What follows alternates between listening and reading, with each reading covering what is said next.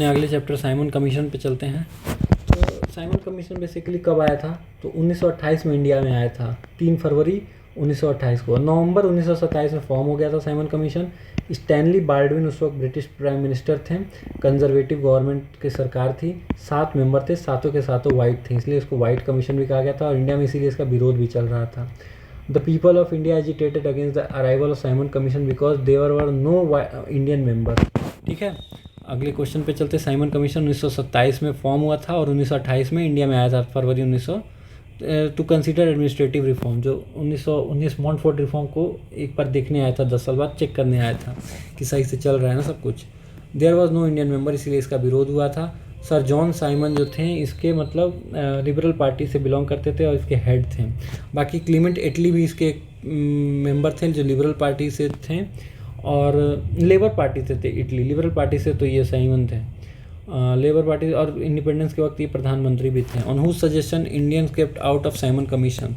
तो Lord Irwin suggest किए थे कि इंडियंस को बाहर रखो साइमन कमीशन से। The Congress boycotted Simon Commission because the Simon Commission did not have single Indian member. सही बात है, और दो ही आर ए को एक्सप्लेन भी कर रहा है।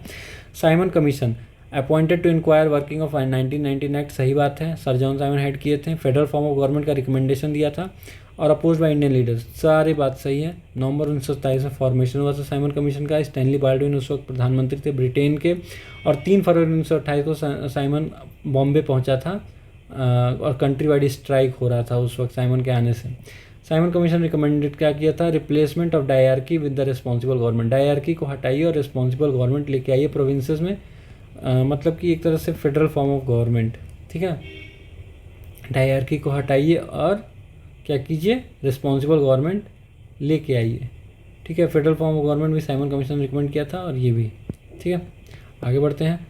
It made 2 visit in India. सही बात है, 2 बार साइमन कमीशन इंडिया में आया था।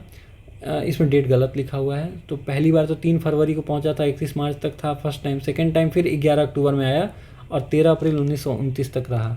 इसमें डेट तो सही लिखा है, ईयर गलत कर दिया है। ठीक है, 1929 तक ही रहा था और 1928 में आ गया था 11 अक्टूबर। ठीक है, आगे बढ़ते हैं। लाला लाजपत राय वॉज इंजर्ड। लाठी चार्ज हुआ था पंजाब में, साइमन कमीशन का प्रोटेस्ट चल रहा था, उसमें लाला लाजपत राय पे खूब लाठियाँ बरसाई गई। और इंडियन नेशनल कांग्रेस जो मद्रास सेशन में दिसंबर 1927 में डिसाइड किया था, जिसके हेड थे M A Ansari, Mushtaq Ahmad Ansari, boycott करना है साइमन कमीशन को। 1928 में साइमन कमीशन जब लाहौर गया था तो लाला लाजपत राय प्रोटेस्ट कर रहे थे, उसी में पुलिस वालों ने उनको बहुत मारा। पंजाब केसरी किसको कहते हैं? लाला लाजपत राय को। Protest Lala Lajpat Rai was against organised against Simon Commission. सही बात है।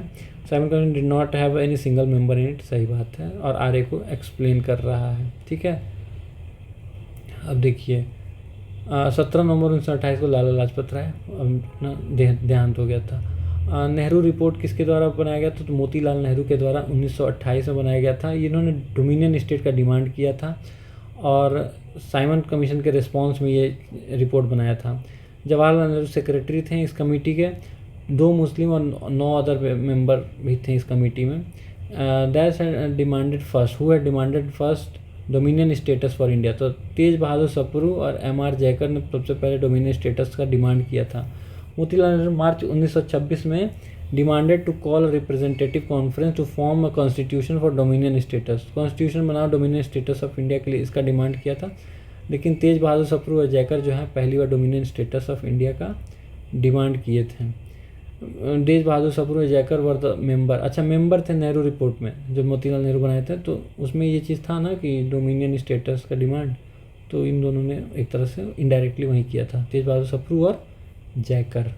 Joint electorate for reservation of seat for minority. सही बात है, नेहरू रिपोर्ट में माइनॉरिटीज़ के लिए ऐसा लिखा गया था रिजर्वेशन ये। और फंडामेंटल राइट्स की बात की गई थी नेहरू रिपोर्ट में। कंप्लीट इंडिपेंडेंस नहीं, वो उनको पार्शियल इंडिपेंडेंस चाहिए था, मतलब डोमिनियन स्टेटस चाहिए था। Independence for India league Subhash Chandra Bose और जवाहरलाल नेहरू के द्वारा बनाया गया पार्टी 1928 में। इसने यूनाइट किया था progressive power against the British rule. Nehru report was drafted in committee headed by Motilal Nehru. Subject was constitutional arrangement in India. ठीक है, ये नेहरू रिपोर्ट का सब्जेक्ट था, constitutional arrangement in India. Session of Muslim League, Mohammad Ali Jinnah 14 point का प्रपोजल दिए थे 1929 में, मार्च 1929 में ऐसा किए थे मोहम्मद अली जिन्ना। ठीक है, the radical wing of Congress party with Jawaharlal Nehru as one of the main leader founded the Independence for India League in opposition to Nehru report. ठीक है, नेहरू रिपोर्ट के अपोजिशन में Independence for India League Jawaharlal Nehru और बोस मिलकर बनाए थे और विरोध किए थे कि हम लोग को डोमिनियन नहीं, कंप्लीट इंडिपेंडेंस चाहिए। ठीक है, president of all parties conference held in February 1928। फरवरी 1928 में all party conference M A Ansari उसके हेड थे। इस ऑल पार्टी कॉन्फ्रेंस में कांग्रेस सब आए हुए थे, दिल्ली में हुआ था ऑर्गेनाइज। कांग्रेस था, महासभा, हिंदू महासभा, मुस्लिम लीग, खिलाफत कमेटी सब थे। ठीक है, लॉर्ड बिरकनहेड उस वक्त सेक्रेटरी थे, मतलब इंडिया में। ठीक है, तो ये भी चैप्टर अपना कंप्लीट हुआ। Thank you very